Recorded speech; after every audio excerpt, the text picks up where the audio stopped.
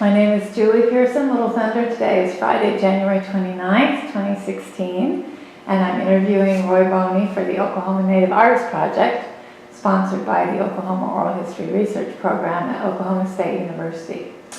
Roy, you're a visual artist, writer, and animation filmmaker, and your art often combines technology with language preservation. We're here at the Cherokee Heritage Center, and we'll be looking at some of your art here in a moment. Thank you for taking the time to talk with me. I'm glad to be here. Where were you born and where did you grow up? I was born in Claremore, Oklahoma at the Indian hospital there, and I grew up in Locust Grove.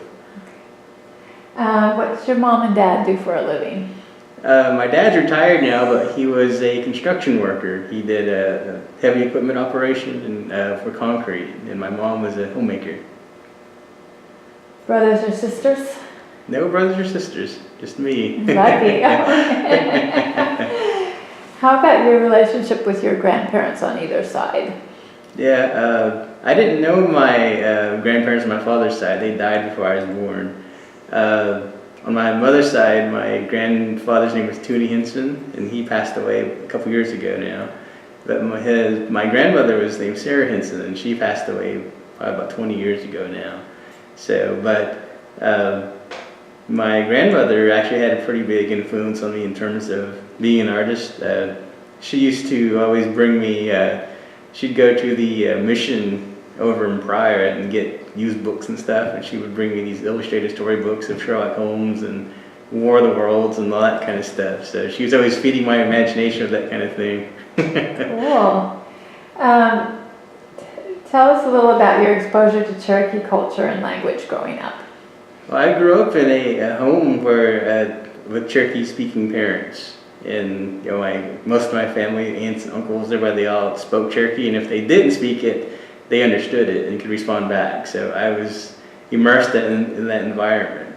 There were certain things that I didn't know were distinctly Cherokee until I got older. Like if you stub your toe, you say like "ayo," and it's like I just thought everybody did that, and then the first time I realized that, I was like, well, that's just a very Cherokee thing. So it was a big part of my life growing up, and that's kind of what informed of why I want to do what I do now. How about any other extended family members who were artistically inclined? On my mom's side, her first cousin is Brooks Henson, the Cherokee painter. So I grew up down the road from him, and as a kid, I would sometimes go down to his studio. Cool. What is your first memory of seeing Native art? My first memory of seeing, growing up in Locust Grove, the big figures there are Bill Glass, Willard Stone, and Bill Rabbit. Those are, everyone would say, Indian art, and that's the first three names that pop up. And so I remember quite distinctly seeing quite a lot of their work, as a kid growing up. And so they were, kind of examples showing that you can do this. This is something that's a valid way to express yourself and that type of thing. But then on the other hand, the other side of it, as a kid that was always drawing and interested in art, there were some people that would, bring these like touristy-looking magazine pictures and stuff, like the Indian maiden by the river, and they said, well, you should do this kind of art. And I was like, well, I don't like that. That's not, that wasn't my experience. I didn't know anyone liked that in that picture and stuff, so I always wanted to kind of express and show the way I grew up and the people that I know. How about your first memory of making art? That's an interesting question. That's one of those things where it's, as long as I can remember, I've always been making art, so I can't remember when I wasn't. My parents, though, they have the very first drawing I ever did. They still have it, and it was of a tick. It's a round circle and dot in the center of the legs. And they said I drew that when I was about 2, they said. They've had it ever since. So. Wow. Art experiences in elementary school? Yeah, I was always drawing. I was always the kid that sat in the back and would be, doodling on pictures and would get in trouble sometimes. They thought I wasn't paying attention, But I was also, a lot of times they would say, if some project came up and they said, well, you want to draw the storybook, or you want to do this poster for the school, you want to do this or that, I was sort of like the go-to person in school for a lot of that. So you had some encouragement from the teachers? Mm-hmm. Yeah, I had good, the teachers would always see that, because I was always really quiet, but that was the only thing that anyone could really connect with me in that level, and so teachers use that quite a lot to kind of, get a better working relationship with me as a student. How about middle school or high school? What were your art experiences there? In middle school was when it kind of became more serious, I guess. Like I said, I was always doodling and drawing and all that, but I think it was the 5th grade, that's at Locust Grove, that's when they started junior high. And so I moved to the other school, and there was a teacher there named Mrs. Rowland, and she was the art teacher, but she was also the journalism teacher. So I was in the art class, and she encouraged me to take the journalism class too. And in there, I wound up doing cartoons for the middle school paper, and that's kind of where I was like, well, this is kind of fun, being able to do this. You draw something that gets published and that kind of thing. And then the next year in 6th grade, it was the next major event, I guess you would say, is that I met James Sinclair. Mr. Sinclair is from Tahlequah, but he was teaching art at Locust Grove. So from the 6th grade to 12th grade, he was my art teacher. So he had a pretty big influence on me. He's a ceramicist, but he encouraged, because I like to draw. I still draw. That's kind of my main medium at the moment still, but he had encouraged me to do this, and he would bring me books and examples of different types of art and all this. And so throughout the years, he always was my art teacher. And then in high school, no one in my family had ever gone to college. That was never even the consideration of any kind. And like I said, my dad was a construction worker, so during the summers I would work with him out on the road, and that's my goal, was to do that. I thought, make pretty good money here, as a kid, you're like, that's really great, and so I thought, I'm gonna do this too. But my parents didn't want me to do that. They kept saying, you need to do something different, but we can't afford to send you to school. But Mr. Sinclair and his wife Connie, she was the high school counselor, kind of took it upon themselves to get me college applications. They helped me sign up for scholarship opportunities, and they also took me on a tour of different colleges in the area. So, they really encouraged me to do this, and so I wound up being accepted in Oklahoma State. That's wonderful. Yeah, what were your, I was wondering what drew you to Oklahoma State University? Yeah, I wound up there because, when I was, in high school and kind of trying to figure out what you're going to do, drawing, I said it was always my favorite thing to do.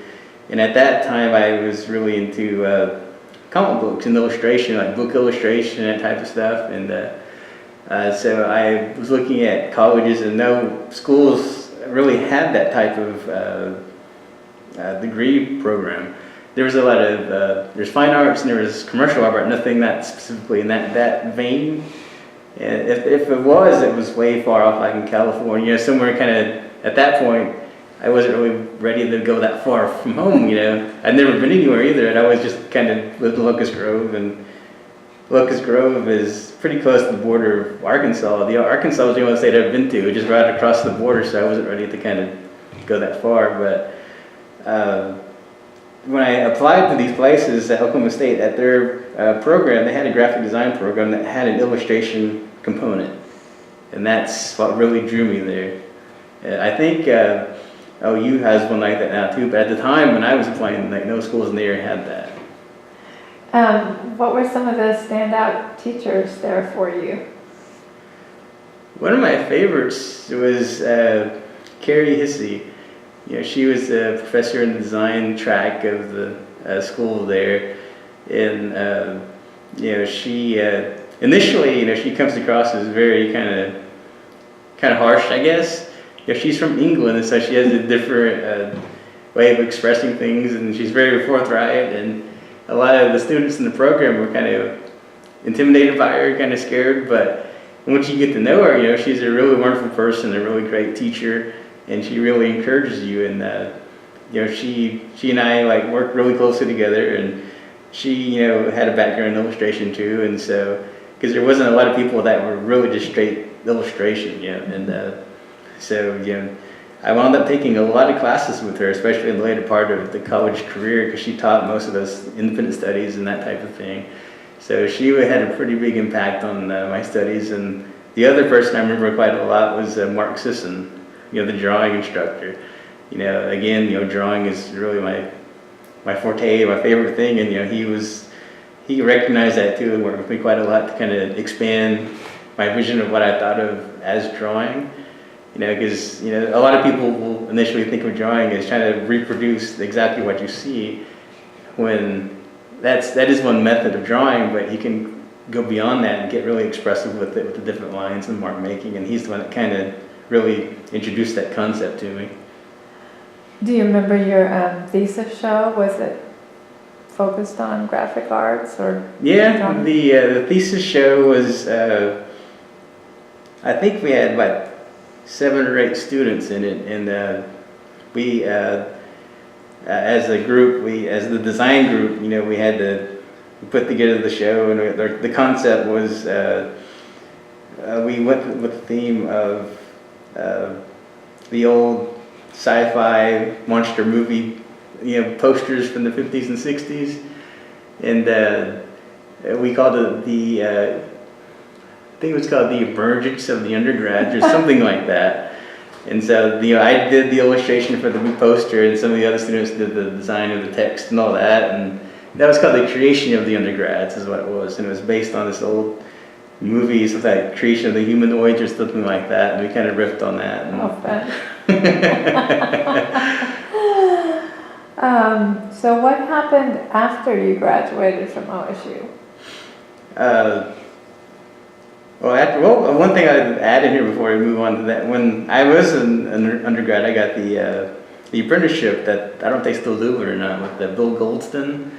They did the Universal Limited Art Editions apprenticeship at the printmaking studio in Long Island. Oh, wonderful. Yeah, I got that, and towards the end of my college career there, and it kind of delayed my graduation by a semester, but I really wanted to do this, so I went to New York for a semester, and Bill Goldston, he's got connections in Oklahoma, and that's why they have that at the university, or they did. And at the printmaking studio, we got to work with some pretty major artists like Robert Rauschenberg and Jasper Johns and all this. We got to work with them making prints. That was like amazing. Wow. And I got to work on a big print with James Rosenquist for a while. It's like, this is like a dream come true. It's really great. And so while I was there doing that, that kind of really sparked my interest in graphics, even more in printmaking and that type of thing.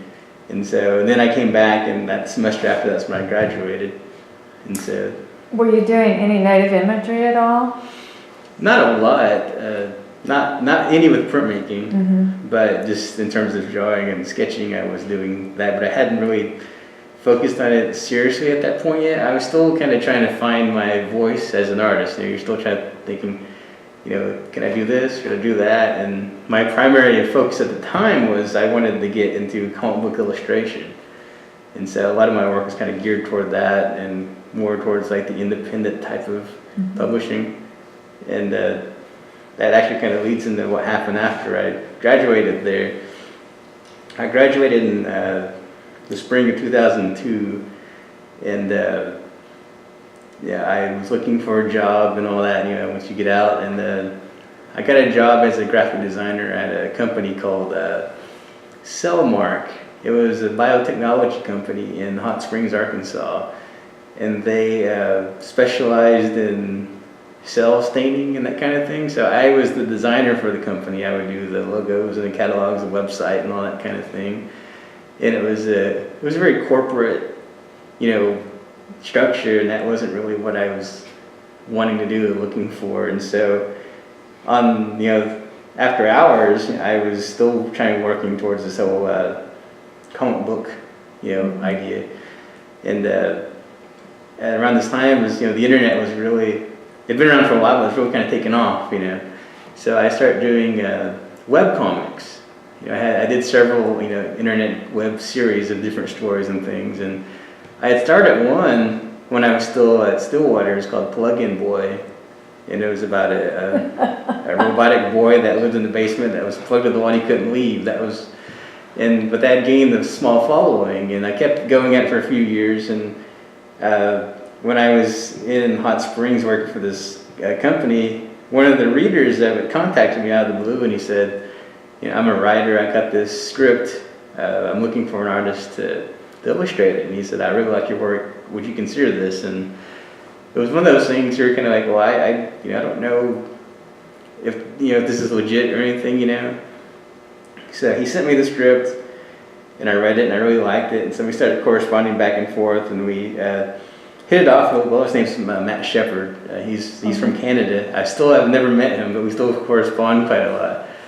But so we start hashing out this idea, and the story, the basic story it was a horror story, and it was about zombies, but rather than the zombies being just creatures or monsters, in our story, the zombies retained their thoughts and memories of who they were as when they were alive. They just kind of had, the flesh was rotting away, but since they still were people in a sense, they formed together as a civil rights group to fight for the rights as zombies.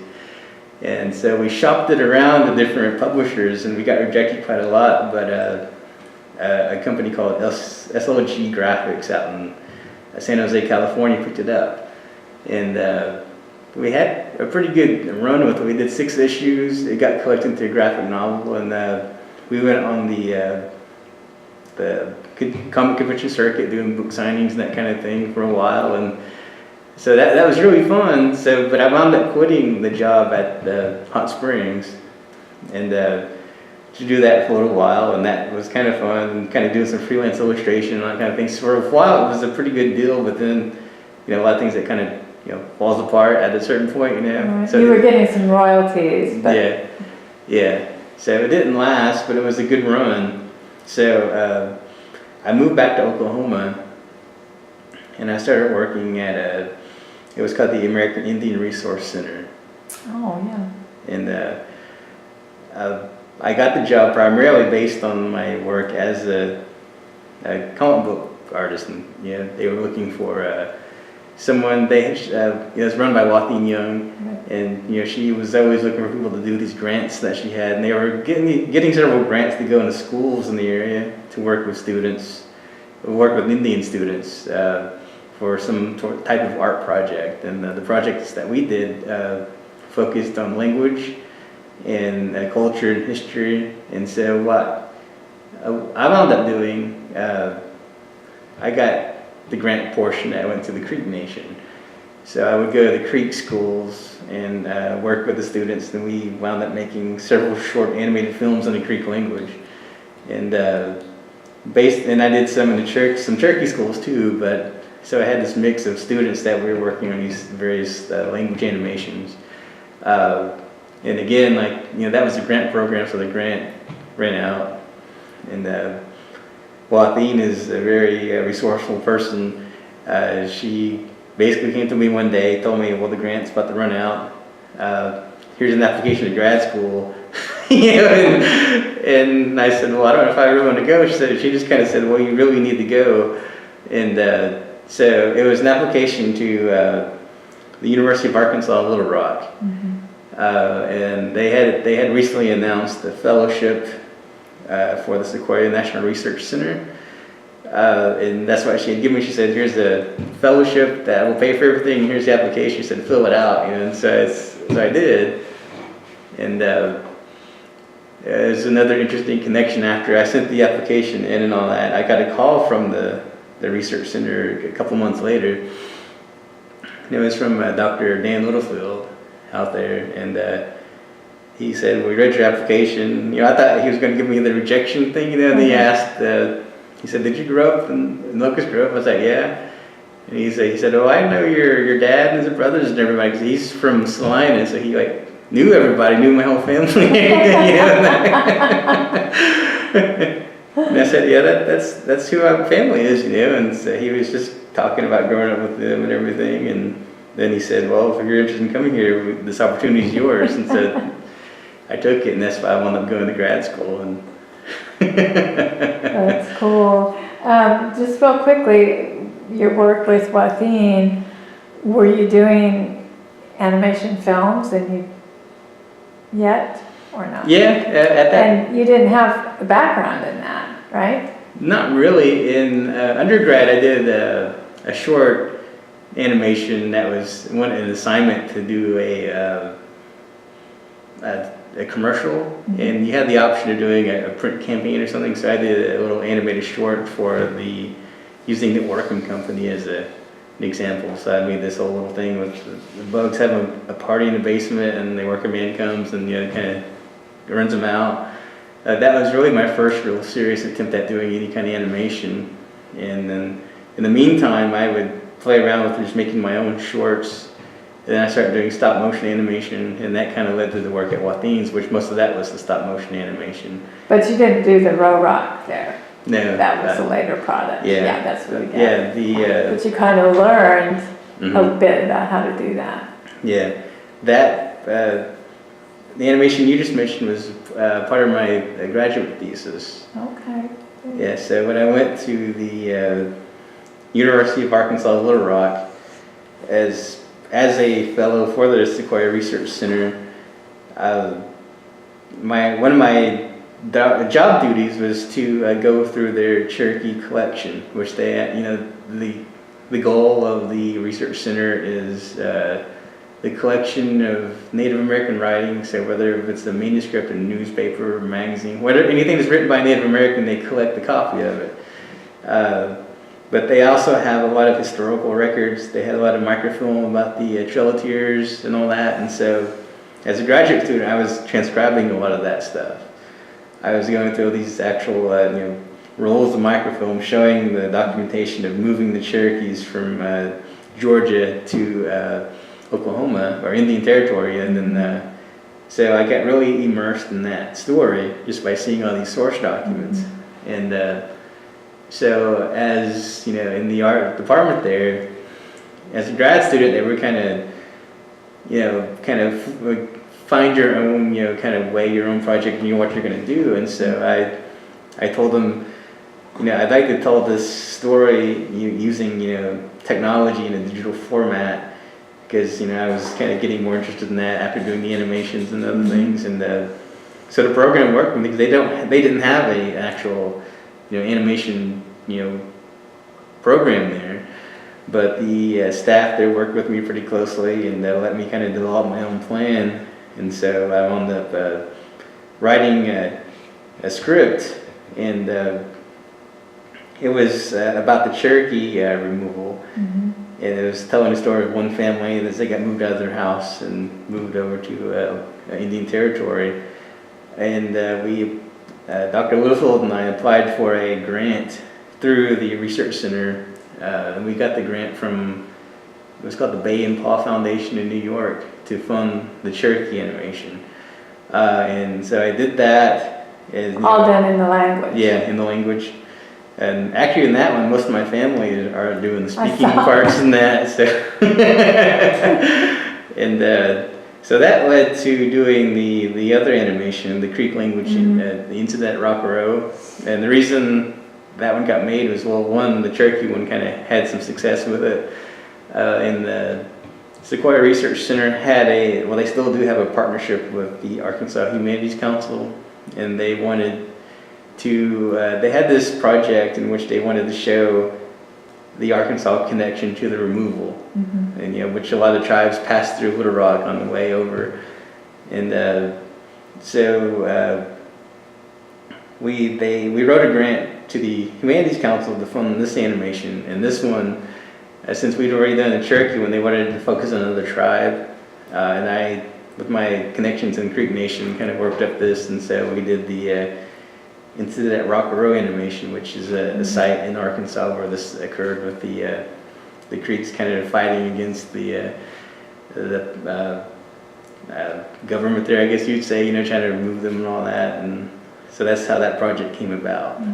Yeah, I've watched them both. They're really wonderful. In fact, a friend of mine, Lillian Williams, is in Roro. But I love that you took sort of acts of resistance. You tell this very simple story around these acts of resistance.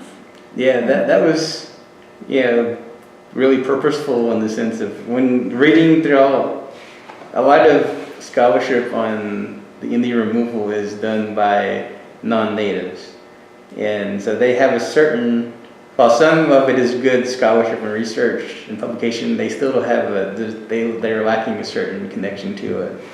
And so for me, having, a direct connection to that as being a Cherokee in Oklahoma, because that's why my family's here, seeing the source documents and kind of what really happened versus an interpretation in a scholarly journal or book had a really moving impact on me. And I wanted to tell a story from the point of view of the natives that was happening too.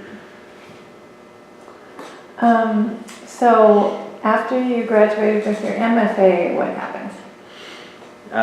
Well, while I was still in grad school, based on the animations I was working on, I was invited to give a talk at the National Trail of Tears Association conference, which in that year, I think it was 2007, I think, that's when I graduated. That year they had it in Springfield, Missouri. And so I went up there and gave a talk about the work I was doing and showed the animations. And there was a gentleman named Dr. Neil Morton that was in the audience. And he, at the time, was the executive director for education at Cherokee Nation.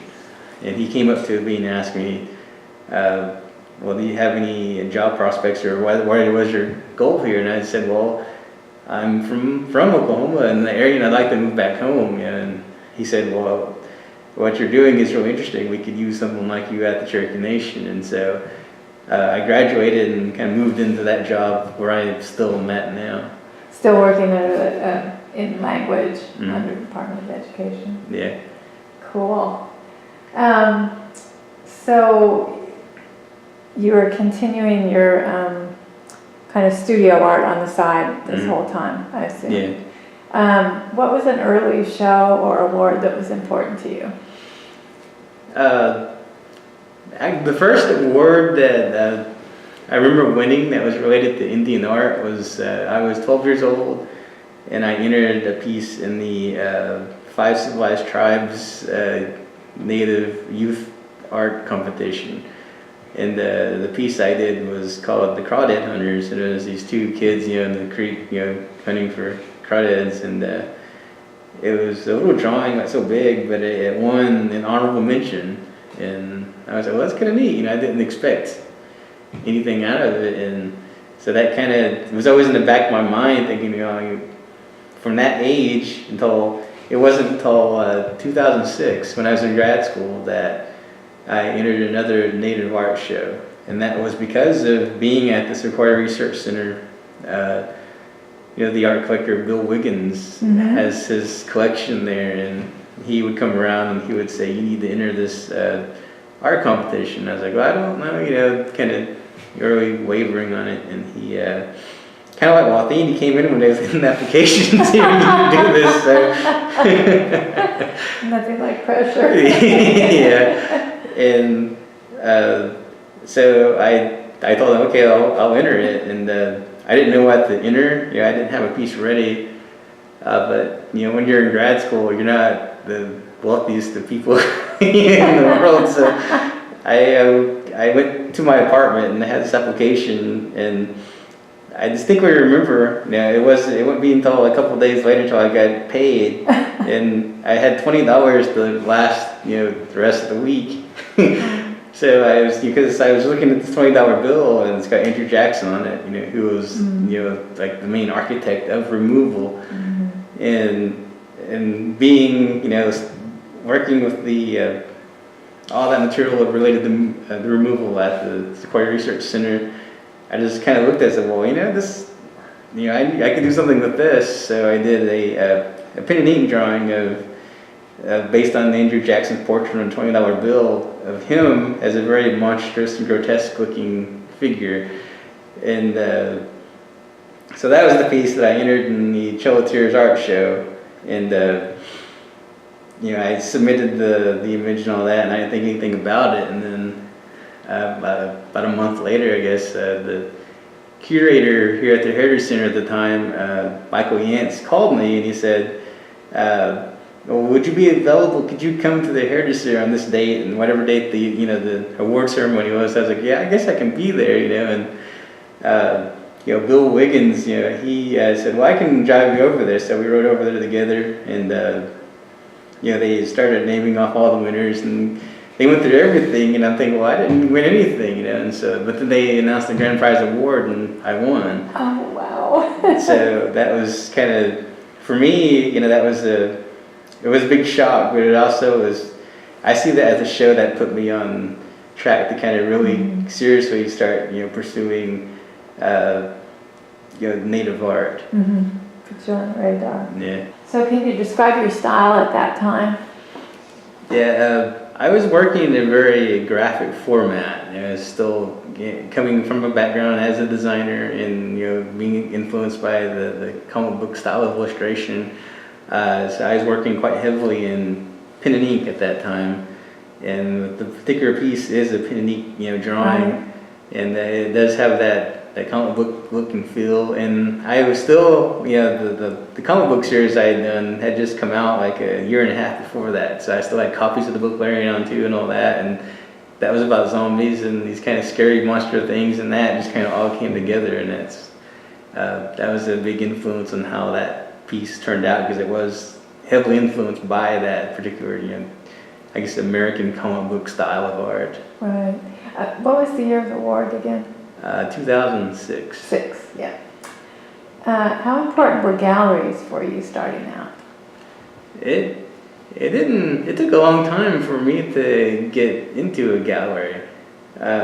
Starting out, initially with the grand prize award at this show, that was my introduction into the art world, native art world. No one knew who I was. I didn't know anybody else, and there were all these, magazines and newspapers of doing these interviews and articles about that particular show, and so that kind of threw me in the deep end really fast. And Bill Wiggins said he still serves as a mentor to me. I still have a lot of contact with him, but at that time he kept saying, he gave me a lot of encouragement to keep making more pieces and to enter more shows. And so a couple years later, I still entering these shows, and I was kind of starting to build a reputation and winning some awards and things. Were you doing the Cherokee Art Market too at that point, and Cherokee Homecoming? Or?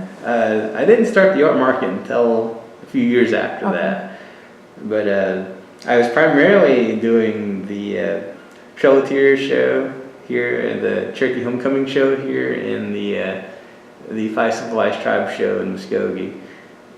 And so for years, those were the only venues I really did anything for.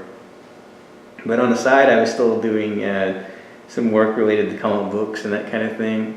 And that was actually getting more noticed than the native art was. And at that point, that's when I decided I wanted to start kind of merging the two together. And so I really started heavily using that influence of the comics into my fine art versus the commercial art I was doing too. And that sort of led into, I did some contributed work to a graphic novel called Trickster, which kind of hit pretty big because it got nominated for the Eisner Award, which in the comics world is like the Oscar, basically. And when that happened, that brought a lot of attention to native arts and just native comic book arts, which is still a fledgling kind of thing. That's kind of a movement that's really happening now, but at the time it was even more in its early stages, And when that happened, other things came along, so I started contributing these stories and illustrations to these various anthologies about natives and comics and that kind of thing.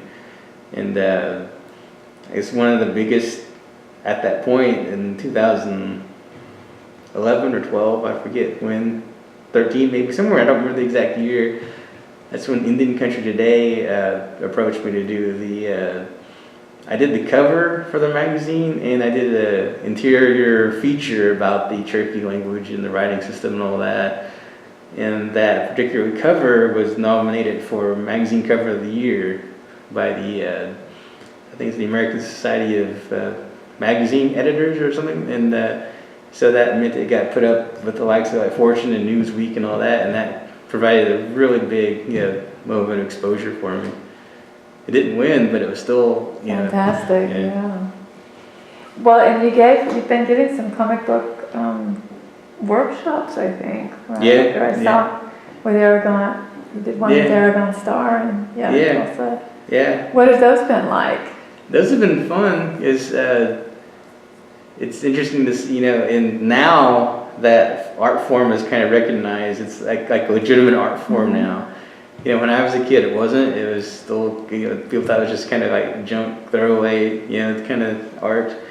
And with people seeing it in a different light now, there's a lot of people that come out that want to tell their own stories. There's a lot of people that I think in that medium, that's a way that, people that normally don't get to tell the stories can tell the stories that way, and they have the potential to reach a really wide audience. And so when we do these workshops, we kind of focus it on being able to tell your own story, whether that's about your life, or if you have invented this native superhero, whatever it is. We encourage people to think about their experiences as Native people versus what they see out that's being published and that, and how they can put their own twist on it. And so with that as the kind of the backdrop, we then go into the basics about visual storytelling, your framing of the images, and going from point A to point B and all that, and kind of talk about basic drawing skills and what kinds of tools you can use to add the text. And so we kind of cover the whole start to finish idea of doing comics. And in some of the workshops, like I did one in Santa Fe a couple years ago, we'll come out, the people in it will come out with a short, like 2 or 3 page story that's complete. Sometimes they're not long enough to do that, but they just kind of get the basic idea of what they can do moving forward. And we've done some workshops with some language programs from other tribes for them to kind of learn how to make a comic book so they can do it in their language and that type of thing. So it's been really fun. You've traveled out of state a bit to do that? Mm-hmm. Yeah. What are some of the places you've gone? I said I've been to Santa Fe a couple of times doing that. I've done it once in Seattle. I've done it in San Francisco. I've done it in Chicago so far doing that type of talk, And it's a really popular topic, And with Aragon, she's really successful with her Super Indian comic series, but she and Lee Francis and Michael Shiashi and a few other artists, we've created it's called the Indigenous Narratives Collective. And it's, we're an organization of Native comic creators. So we have writers and artists and everyone in between that wants to make comic books. And our goal is to, publish comic books by Native creators. And, we're still a startup and we're still working towards that goal. But our first project was a small mini comic, which is, about 12 pages long, just kind of showcasing this idea of Natives can make comics too. And that led to our current project, which is about the code talkers. Various tribes have their own code talkers, and I am contributing a story about the Cherokee code talkers of World War I. And the actual book itself will be out on this May. So we're really excited. We're actually putting out the full graphic novel with this now. That's wonderful. You had a solo exhibition at Southern Plains Museum in 2013, and was that your first solo show? Yeah, that was my very first one. What was that like? That was pretty fun. I didn't expect it. They just kind of invite you to come down to have this show, and I'm still learning, who's who and what's what in the Indian art world, and some of my friends. I'm friends with Bobby Martin, and I told him about it. He's like, hey, "That's a big deal. You need to do it," because he said he had a show down there, and that was one of his first, solo shows too. And he said it really helped out his career pretty well, And So, that's when the more people I talked to, everyone had that same reaction. It's like, well, that's kind of a big deal to have a show there, and so, I put together the show, and, it was... How many pieces? I had, I think it was 24, and for me, it was interesting, as an artist, at least for me, when you're working, you're just kind of on that one piece or two pieces, whatever you're doing at that time. And it's rare when you get to see all your work in one spot, and you kind of start seeing this theme, I guess, or a pattern in your work that at least for me, I'd never noticed before. And I was like, wow, they have this kind of this thread that I'd never seen before. What's one of the best compliments you've gotten on your work? One of the best compliments. Well, I guess there's two ways to kind of look at it. One compliment I remember, it's not really a compliment, but you can kind of take it as one, is I did a drawing of Senator Henry Dawes, who was the architect of the Dawes allotment and that, and that basically took tribes for all their land in Indian Territory, and I did a picture from his official portrait, and he was, basically he was literally eating Indians. He had his hand in these, it was actually in here, I think, up in the gallery, and it didn't win anything, but it was hanging there, and there's a lot of people were really commenting on it. Some really liked it, some hated it, and this lady, I don't know who she was, and she said, someone told me that you were the artist of that. And I said, yeah. She said, how could you make such an awful thing, and that. And so, like, in a sense, I thought, well, she doesn't like it, but that was sort of a compliment to me, because that was the point, Right. That this was a horrible, thing that he had done, and, I wanted to portray him as the monster as he was, but the other compliment that really sticks to me is, a few years ago, I went to that exhibit in Paris. It was I forget the exact name. It's a real long name in French, but basically at the salon there in France, we had the Native American indie art delegation, and it was all mainly Oklahoma artists, not all of them, but most Edgar of them. Hoover-Birds. Mhm. So, yeah, okay. Yeah. I think it's the biennial. Or So I was in that, and I went to Paris, and while you're there at the show, and it's this huge exhibition space. It's the salon of history that you read about in history books. It's kind of like this really great feeling that my art's in here now too, and being there, you're in an entirely different environment than anywhere else that you would be here in Oklahoma. And the people that would come to the booth to look at the art, most of them were expecting, since it's in Europe, they're expecting a certain image of art that they have in their mind.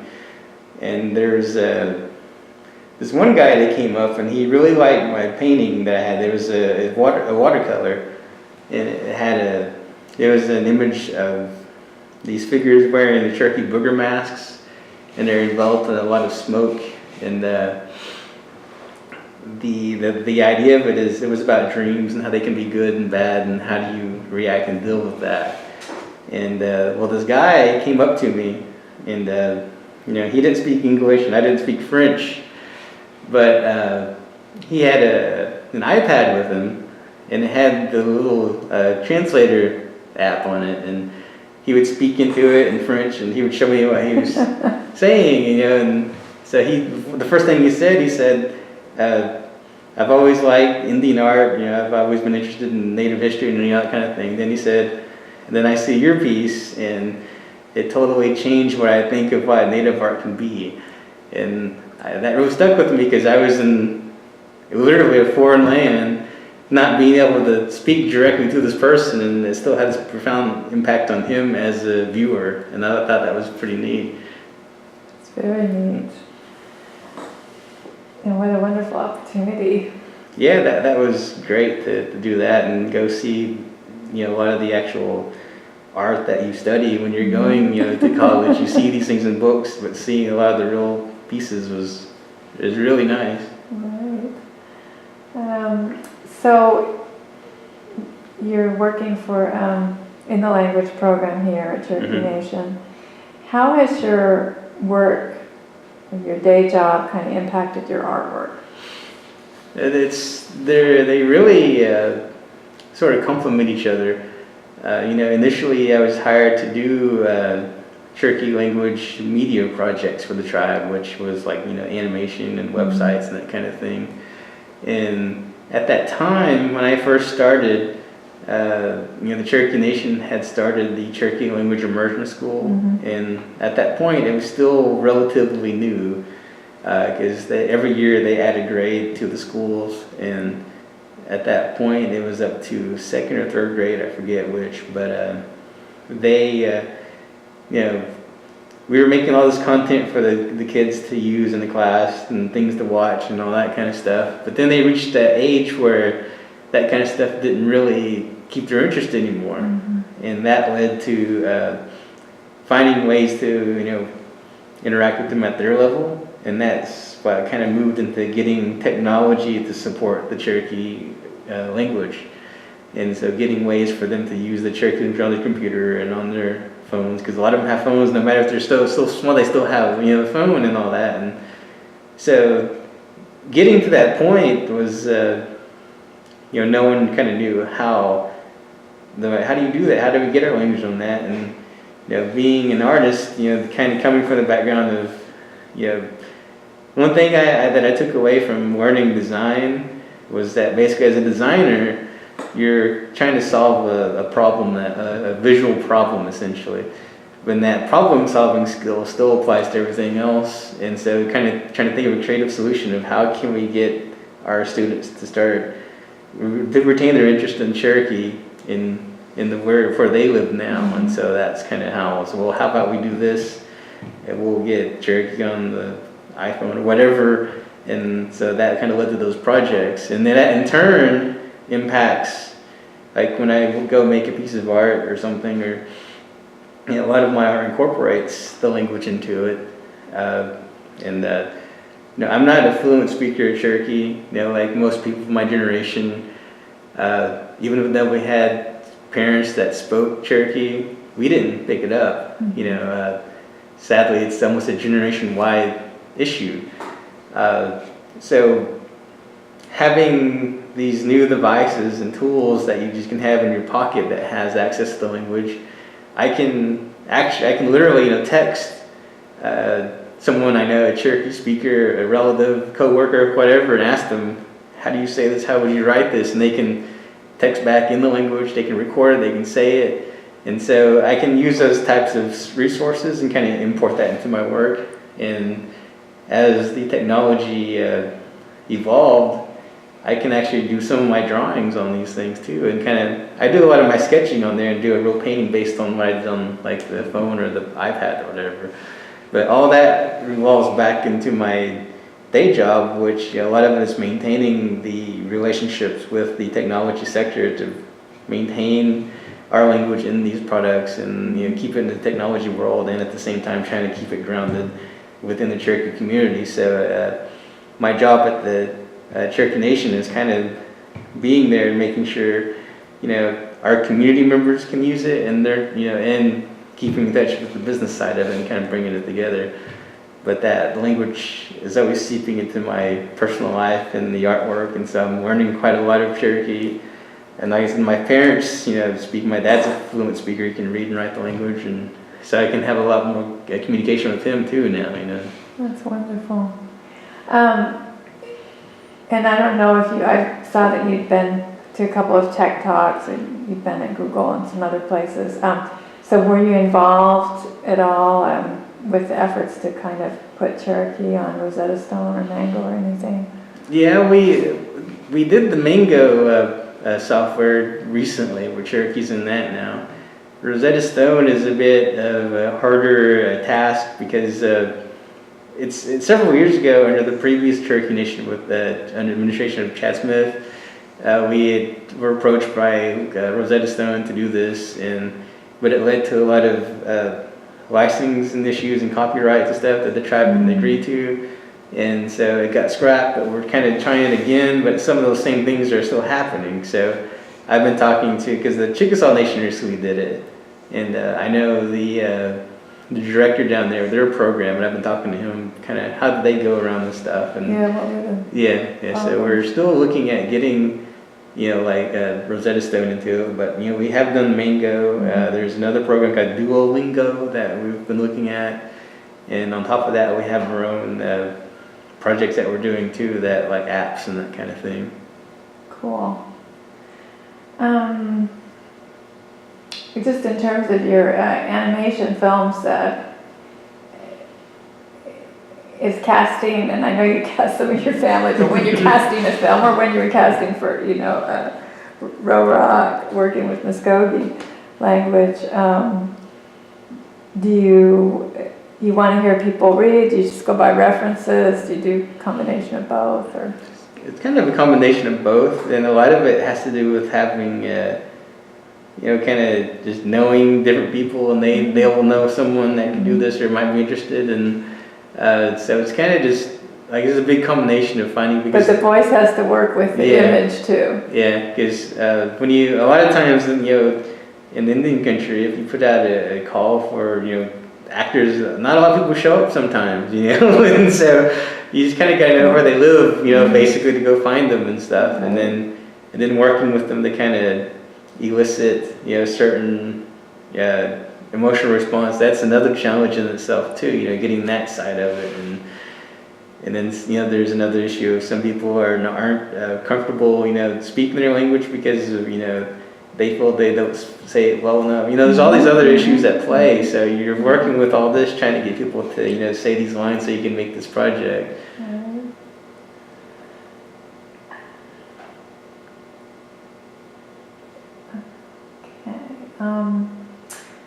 I was wondering too, in terms of whether it's comic books or graphic novels, I know that often a book has to get reviewed to actually get noticed. Has it been hard to get people to review? Not really. I mean, in a sense, with these days, especially with social media, there's a lot of, I guess you could say they're activists online that really keep an eye out for these types of projects, and they latch onto it and they'll review it and they share it, and someone else picks it up and kind of goes viral pretty quickly. A good example of that is Debbie Reese. She does that blog about American Indians and children's literature. She had picked up on the Code Talkers project that we're doing, and at the time, we had plans to publish the book, but we didn't have funding for it yet and all that, and so we decided, well, because I finished my story, and we said, well, let's sell that one as a digital download as a fundraiser to help fund this book. And somebody posted the link, and she's seen it, and then she reviewed it, and then her review hit all these other blogs and all these other people, and we got a lot of press out of that little thing just because of the social media network going on. Right, that is just a powerful platform. You won Best of Show at the 2015 Five Tribes show. So what did that mean to you? You had a little bit of history with that show already. Yeah, that was really a great moment for me too. Because like I mentioned, my first entry there was when I was 12 years old. So I've been had a good connection there for years, and I'm always entering the show there too. And again with Bill Wiggins, he comes to these shows, and I think he's on the board, or used to be on the board at the museum there. And as he's always been a mentor, and he gives me good advice and comments, and I would enter my pieces there, and he'd always tell me, he said, this museum has been here for a long time, and he said the viewership is more traditional, conservative, and he said a lot of your stuff, I don't know if it's going to make it here, but he said keep trying, keep at it, keep going, and so I did. So I just kept doing what I do, and then and as an artist, you're always trying to improve your technique, your message. You're always after getting better, And so I just kept, doing my best to improve and all this. And, again, the drawing is my real, that's my favorite form of art is drawing, because I think it's the most immediate. You make a mark and there it is,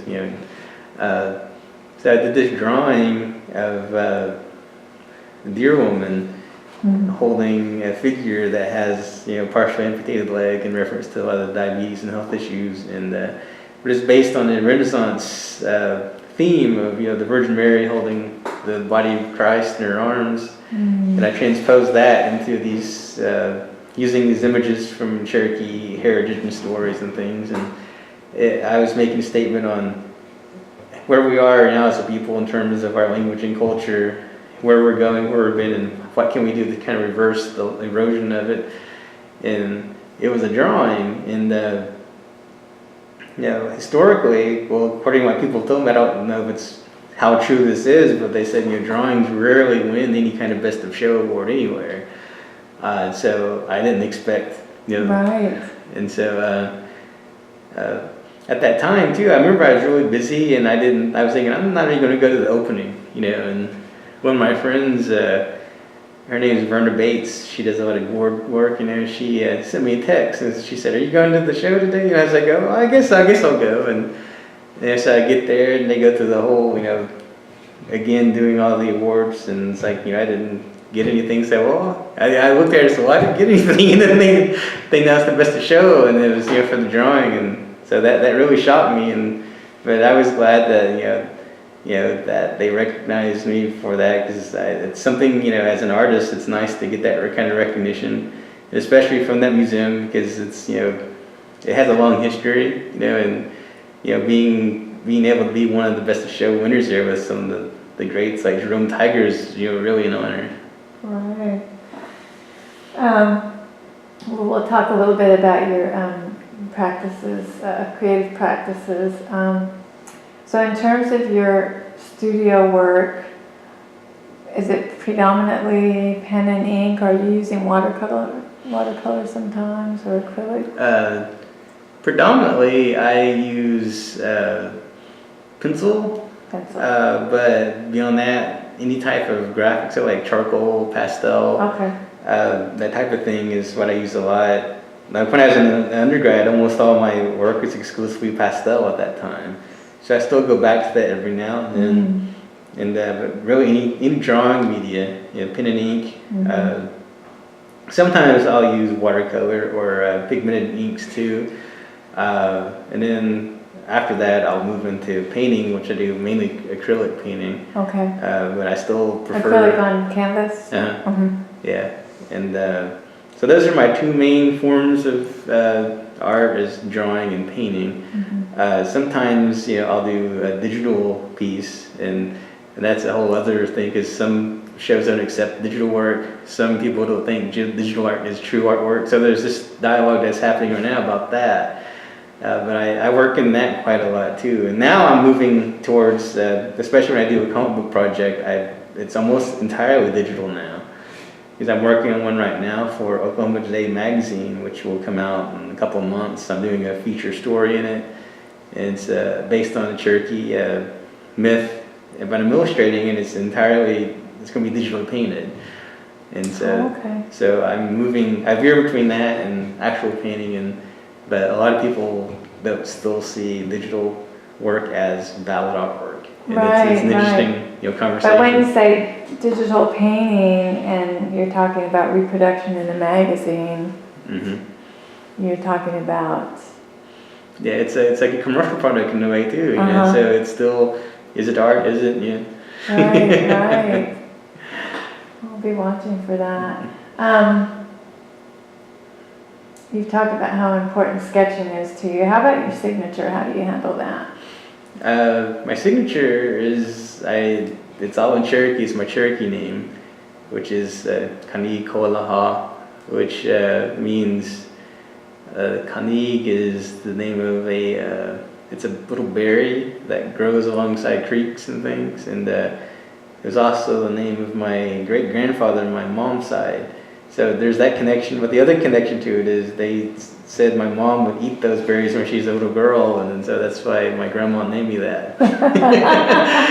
And the second word, Tahlequah, is literally it's bony or skeleton-like. That's what that means. And my dad's family name Boney is actually, they say it's a mistranslation from the allotment era. The family was called Skeleton, but the translator taking the enrollment wrote down as Boney. But the other connection there is, the word colon is talking about the raven as well. And in Cherokee stories and beliefs, the raven is often connected to the Raven Mocker story. And there are stories going back on my dad's side of some members of the family. That's what they were, and that's why they have that name. So that's kind of the connection there. So what is your creative process from the time that you get an idea?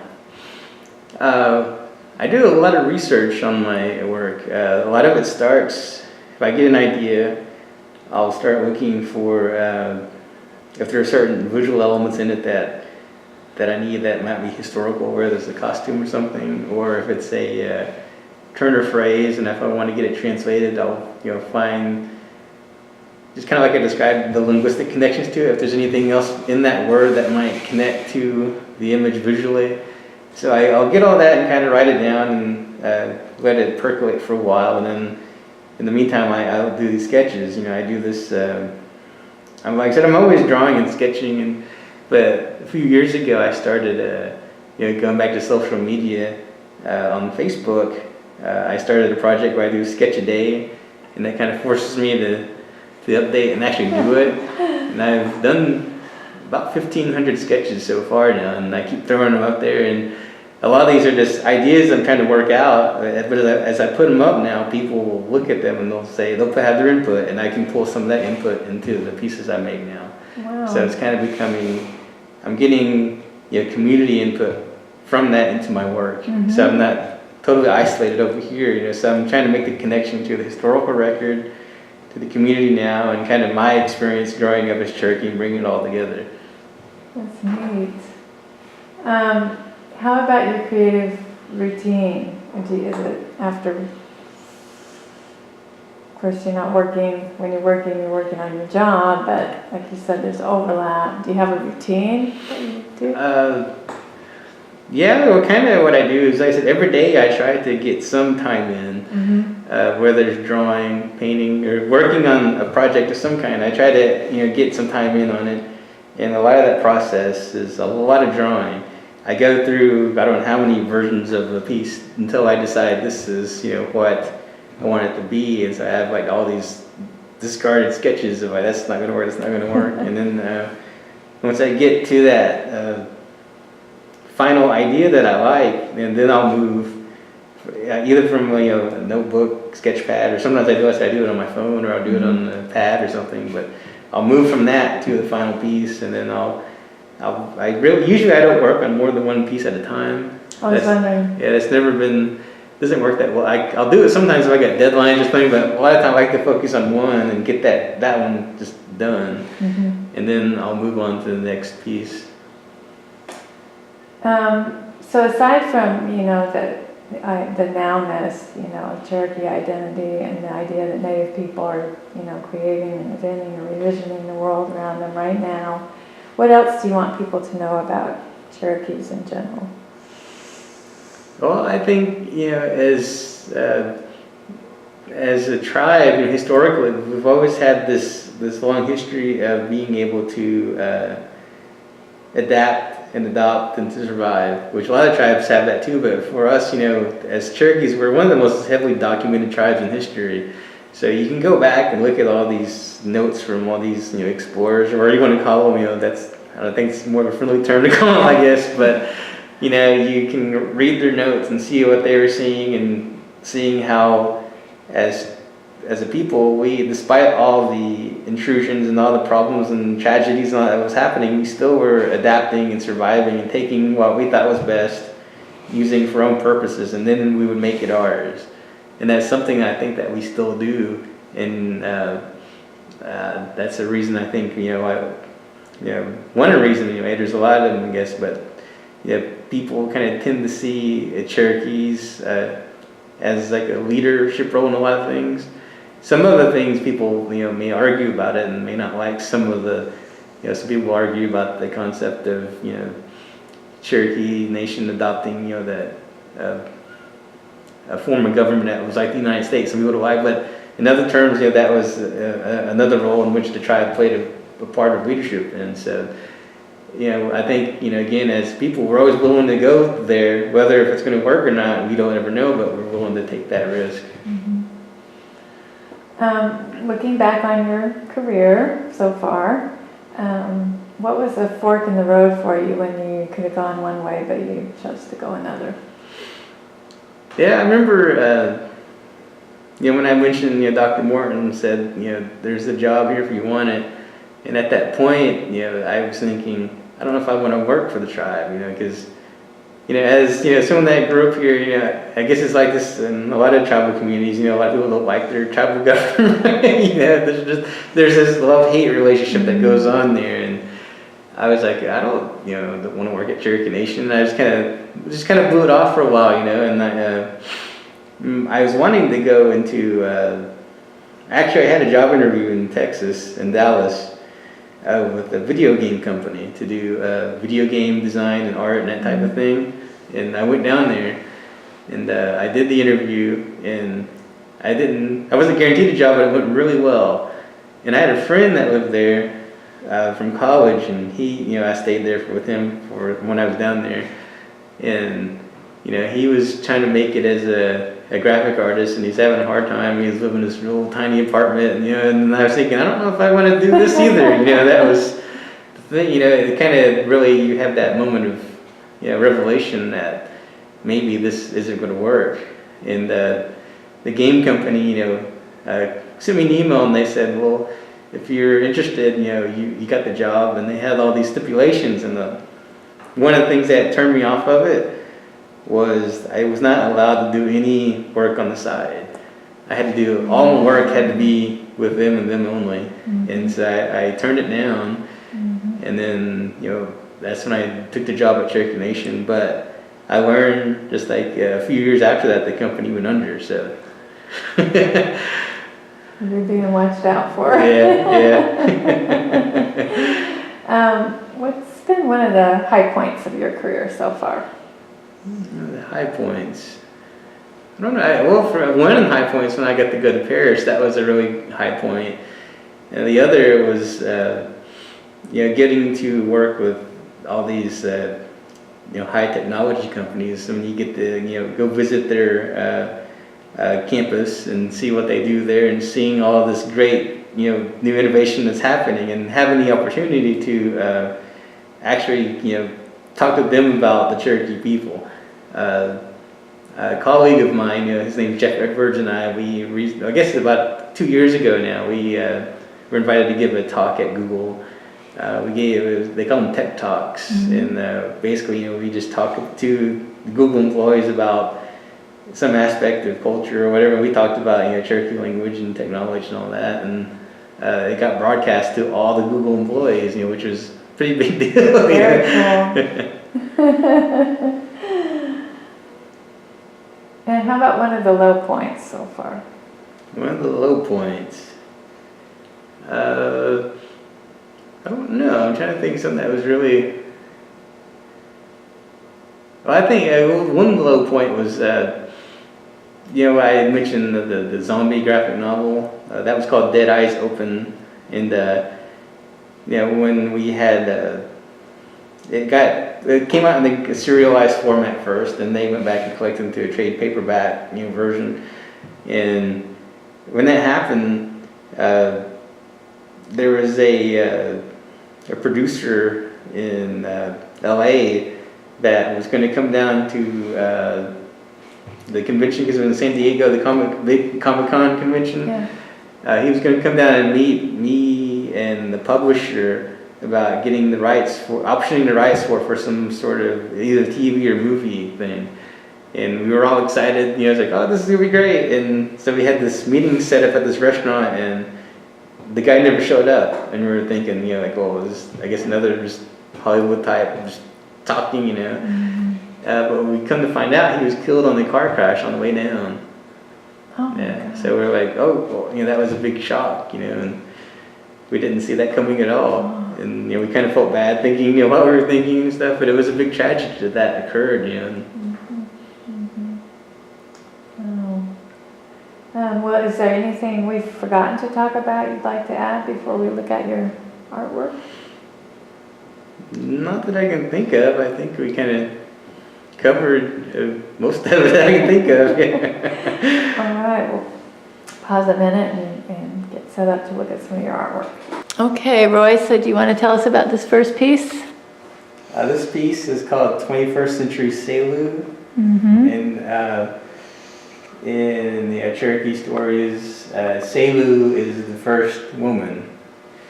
And she and Kanadi, which is the first man, you know, they're kind of the origin, you know, an origin story for Cherokees. And you know, she's Selu in Cherokee means corn.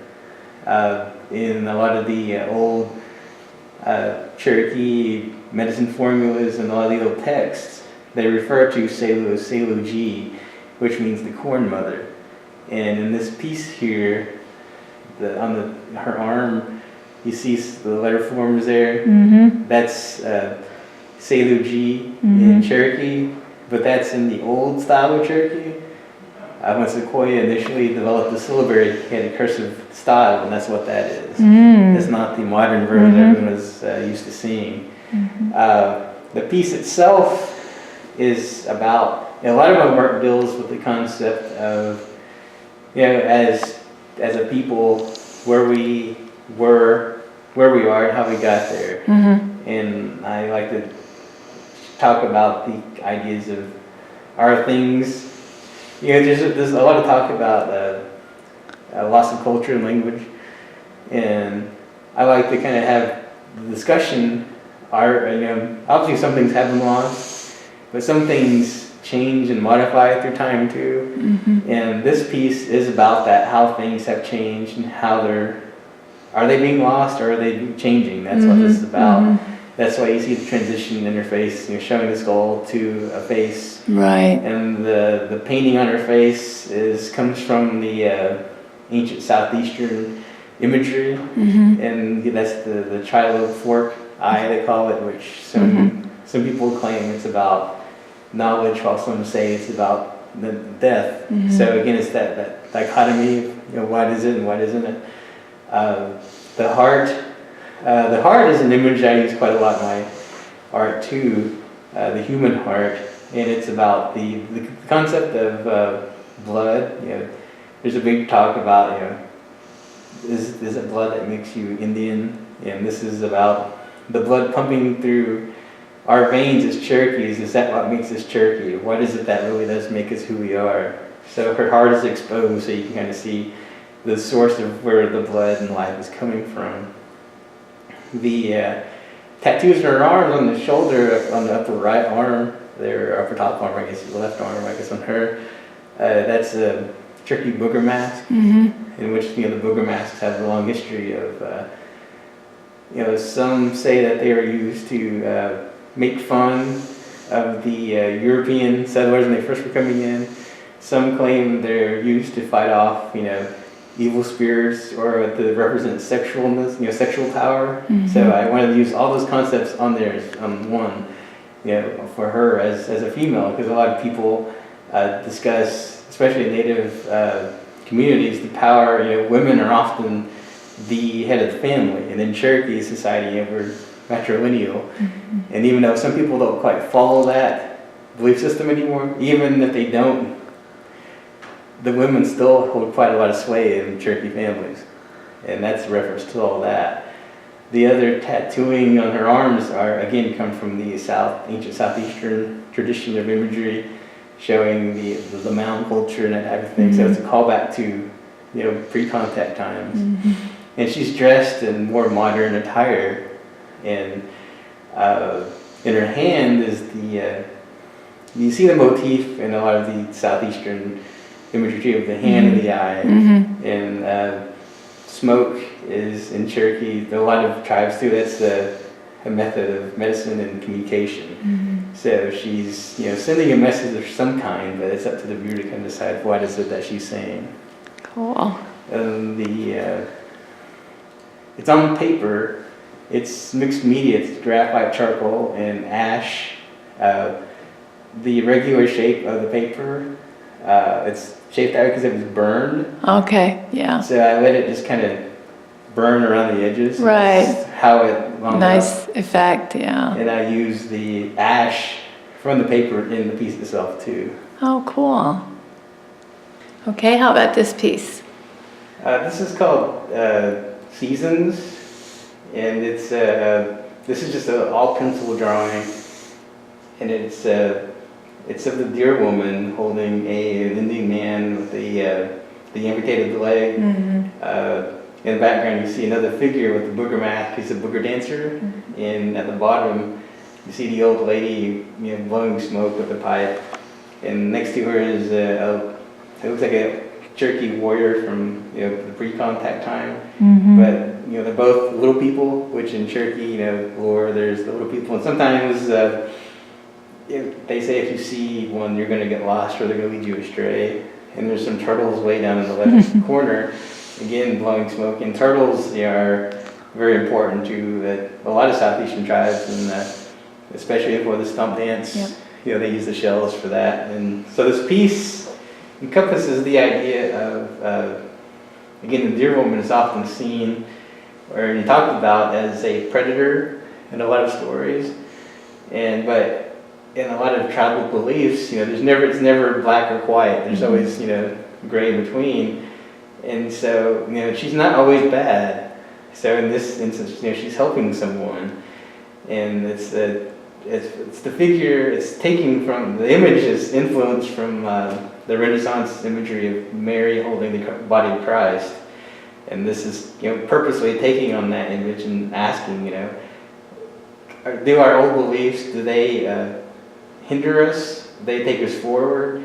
And on top of it, with it coming from a Christian image, it's superimposing that conflict that a lot of people have between traditional belief systems versus Christianity. And they're emerging from smoke, because again, smoke is a motif I use a lot, and it's about the medicine, about sending a message. The owl is behind her, and the owl a lot of times is seen as a messenger of bad news or death. But again, sometimes he's not. Sometimes the owl is just an owl, or sometimes it's an omen of good luck too. So the whole piece is about, again, is what's happening to us as a people. Are we moving forward? Are we stuck in the past? Is it good? Is it bad? There's a lot of complex issues at play, and I'd like people to kind of discuss that when they see this. Okay, and you want to tell us about this last piece? This piece is called Honorable, and this is an homage to my father. He's still living, which I'm very happy for, but he's in really bad health now, and he was in the Vietnam War, and he was an M60 heavy machine gunner, which in terms of what that means, he's lucky that he's still alive. And so that's it's not him, but it's I guess the image is influenced by him and his stories that he would tell me about being there. And it's an image of a Vietnam warrior, but with some of the elements of an ancient Cherokee warrior, with the war club and the courgettes and the red painted skin, the face paint and everything is kind of taken from that idea. So it's the modern ancient warrior kind of image. But I know several Cherokee Vietnam veterans, and a lot of them seem to have been heavy machine gunners, and I think that's kind of interesting. I wondered, I don't know if it's been looked at or not, but why were they always were they disposable? Did they think they could put them on the front line? Is that what was happening? I don't know, but it seemed there was a lot of them that had that, but they all came, not all of them, but a lot of them came back. Came back. And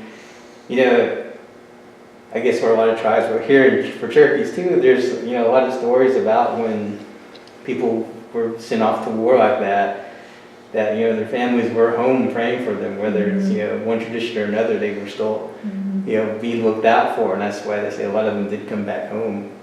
And that's what this piece is all about. And the medium is, it's the pigmented ink and colored pencil. I'm going to try to get your signature a little bit more clear there too. Okay, well, thank you so much for your time today, Roy. I know, it was fun. I'm glad we finally got to Okay. yeah.